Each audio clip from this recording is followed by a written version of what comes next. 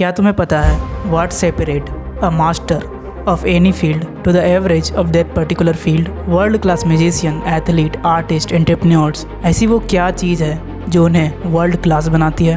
That's their ability to enter in flow state. और सबसे बड़ी गलती तो ये है कि लोगों को लगता है कि ये कोई मैजिकल स्टेट ऑफ माइंड है जो कि नेचुरली आता है, और वो सोचते हैं हर वो व्यक्ति जो अपने फील्ड का मास्टर है दे आर गॉड गिफ्टेड। तो नहीं, ऐसा बिल्कुल नहीं है। In fact there is a step by step process by which you can enter in flow state. Psychologist Macaulay ने अपने करियर का एक अहम हिस्सा इस बात पे खर्च किया था कि फ्लो स्टेट काम कैसे करता है, देयर वर्किंग एंड इम्प्लीमेंटेशंस, और एक बुक पब्लिश किया था जिसका नाम है ऑप्टिमल एक्सपीरियंस, जो कि फ्लो के साइकोलॉजी पे बेस्ड है। तो आज मैं तुम्हें पूरे फ्लो साइकोलॉजी को 2 पार्ट्स में डिवाइड करके बताने वाला हूँ, जिसमें मैं तुम्हें उसके वर्किंग के साथ साथ उसे कैसे इम्प्लीमेंट किया जाए उसका एक स्टेप बाय स्टेप प्रोसेस देने वाला हूँ, bye which you can enter in flow state any time you want. सबसे पहले ये देखते हैं कि फ्लो स्टेट काम कैसे करता है। तो इसके लिए सबसे बेस्ट एग्जांपल होगा वीडियो गेम्स।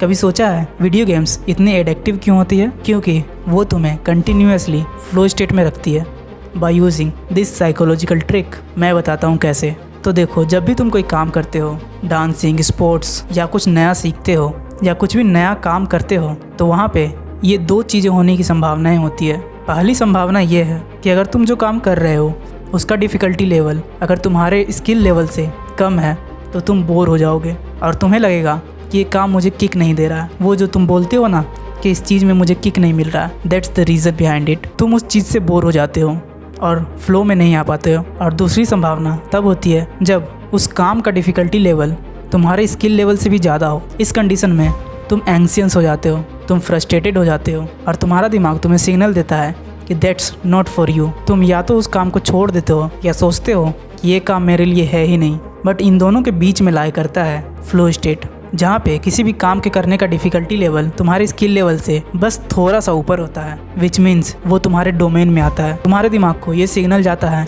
कि ये काम मैं कर सकता हूँ, और ये कांस्टेंट थॉट तुम्हें ये किक देता रहता है कि दैट्स माय डोमेन, मैं इस चीज़ को कर सकता हूँ। और इसी साइकोलॉजी का इस्तेमाल करती है वीडियो गेम्स और हर वो एडिक्टिव चीज़ जो कि रिवॉर्ड बेस्ड प्लेटफॉर्म पे बनी है। तुमने ये चीज़ ज़रूर नोटिस किया होगा कि वीडियो गेम्स के स्टार्टिंग के लेवल्स बहुत ईजी होते हैं, क्योंकि उस समय तुम्हारा स्किल उस लेवल के अकॉर्डिंग बहुत कम होता है। दैट्स वाई तुम्हें शुरुआत में लगता है कि मैं इस चीज़ को कर सकता हूँ, और तुम जैसे ही उस चीज़ को करते हो तुम्हारा स्किल बढ़ता है, और तुम्हारा स्किल बढ़ते के साथ ही उस गेम ने अपना लेवल ही बढ़ा दिया होता है, which keeps you in a flow state. और इस तरह से तुम कॉन्स्टेंटली उसमें बंधे रहते हो और फ्लो स्टेट में आते हो। That's how video games work, that's how flow state works. तो अब आते हैं उन 5 इंपॉर्टेंट इंग्रेडिएंट की ओर जिनसे फ्लो स्टेट का फाउंडेशन बनता है। हर वो व्यक्ति जो कि फ्लो स्टेट में जाता है वो जाने या अनजाने में इन इंग्रेडिएंट्स का ही इस्तेमाल कर रहा होता है। तुम इसका इस्तेमाल करोगे जाने में, मतलब कि अपने पूरी कॉन्शियसनेस के साथ। तो इसमें सबसे पहला इंग्रेडिएंट है क्लियर एंड एक्शनेबल गोल्स। तो देखो, फ्लो स्टेट के लिए सब पहला रिक्वायरमेंट है कि तुम्हारे पास एक क्लियर गोल होना चाहिए। गोल इन द सेंस ये नहीं कि मैं आज पढ़ाई करूंगा, ये गोल क्लियर नहीं है। तुम्हें गोल सेट करना होगा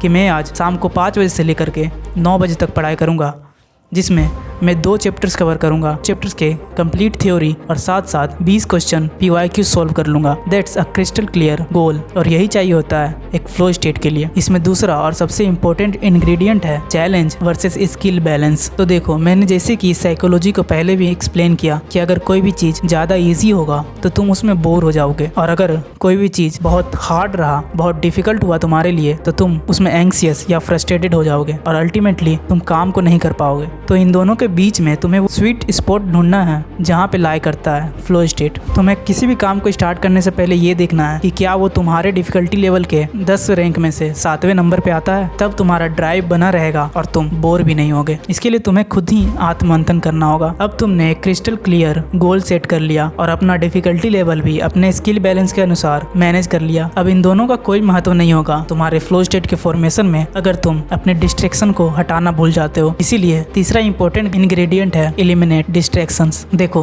फ्लो स्टेट बहुत फ्रेजाइल होता है, तो अपने फ्लो स्टेट में एंटर करने से पहले हर उस सोर्स को ब्लॉक कर दो जहां से डिस्ट्रैक्शन आने की संभावना है। अपने फोन को फोकस मोड में डालो और अपने आप को लॉक इन कर दो। That's your space. अब इन सब चीजों को करने के लिए तुम्हें चौथे इंग्रेडिएंट की जरूरत पड़ेगी। That you have to form a ritual और environment for your flow state. तुम्हें कुछ भी एक छोटा सा रिचुअल या कोई भी काम स्टार्ट करने से पहले एक छोटा सा क्लू अपने माइंड को देना, जिससे वो ये समझ जाए कि अब मेरे फ्लो स्टेट का टाइम स्टार्ट हो रहा है। That's my focus time. और तुम्हें अपने एनवायरनमेंट को डिस्ट्रैक्शन फ्री रखते हुए इस तरह से सेट करना होगा कि वो तुम्हें तुम्हारे गोल्स की ओर पुश करे। वो तुम्हारे माइंड को ये इंडिकेट करे कि अब मैं अपने फ्लो स्टेट में आ चुका हूँ। That's the place where I am in my flow state, जहाँ कोई मुझे डिस्टर्ब नहीं कर सकता, जहाँ मैं जब बैठता हूँ तो मैं सिर्फ अपना काम करता हूँ। अब देखो, तुम्हारे पास एक क्लियर गोल है, तुमने अपना चैलेंज स्किल बैलेंस कर लिया, अपने डिस्ट्रैक्शंस को भी एलिमिनेट कर दिया है और एक रिचुअल अपना एनवायरनमेंट कंप्लीटली सेट कर लिया है जिससे तुम फ्लो स्टेट में एंटर करते हो। लेकिन वो एक चीज है जिसके बगैर तुम इन सब चीजों के होते हुए भी फ्लो स्टेट को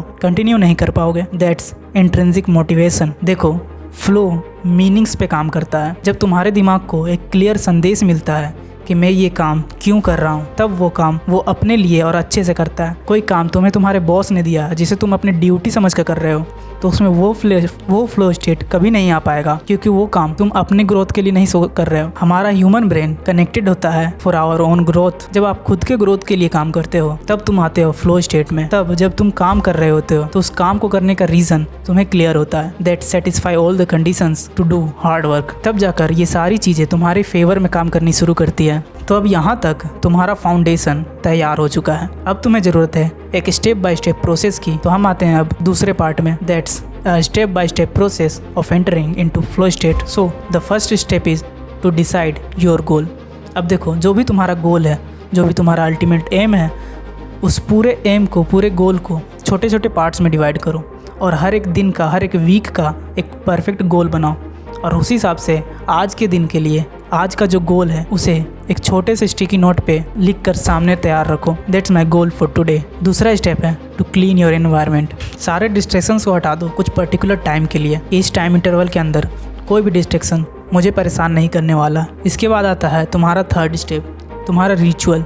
जो भी तुमने सेट किया है, ये तुम्हारा टेबल अरेंज करना हो सकता है या तुम्हारा छोटा सा नोट लिखना हो सकता है। कोई भी एक छोटा सा काम हमेशा करते हो अपने काम को स्टार्ट करने से पहले, जो कि तुम्हारे दिमाग के लिए एक इंडिकेशन होगा कि अब मेरा फ्लो स्टेट स्टार्ट होने वाला है। चौथा है डोंट वेट फॉर मोटिवेशन। देखो, इंसान का दिमाग मोमेंटम को बहुत पसंद करता है। अगर तुम्हें कोई किताब पढ़ना है तो एक पैराग्राफ से स्टार्ट करो।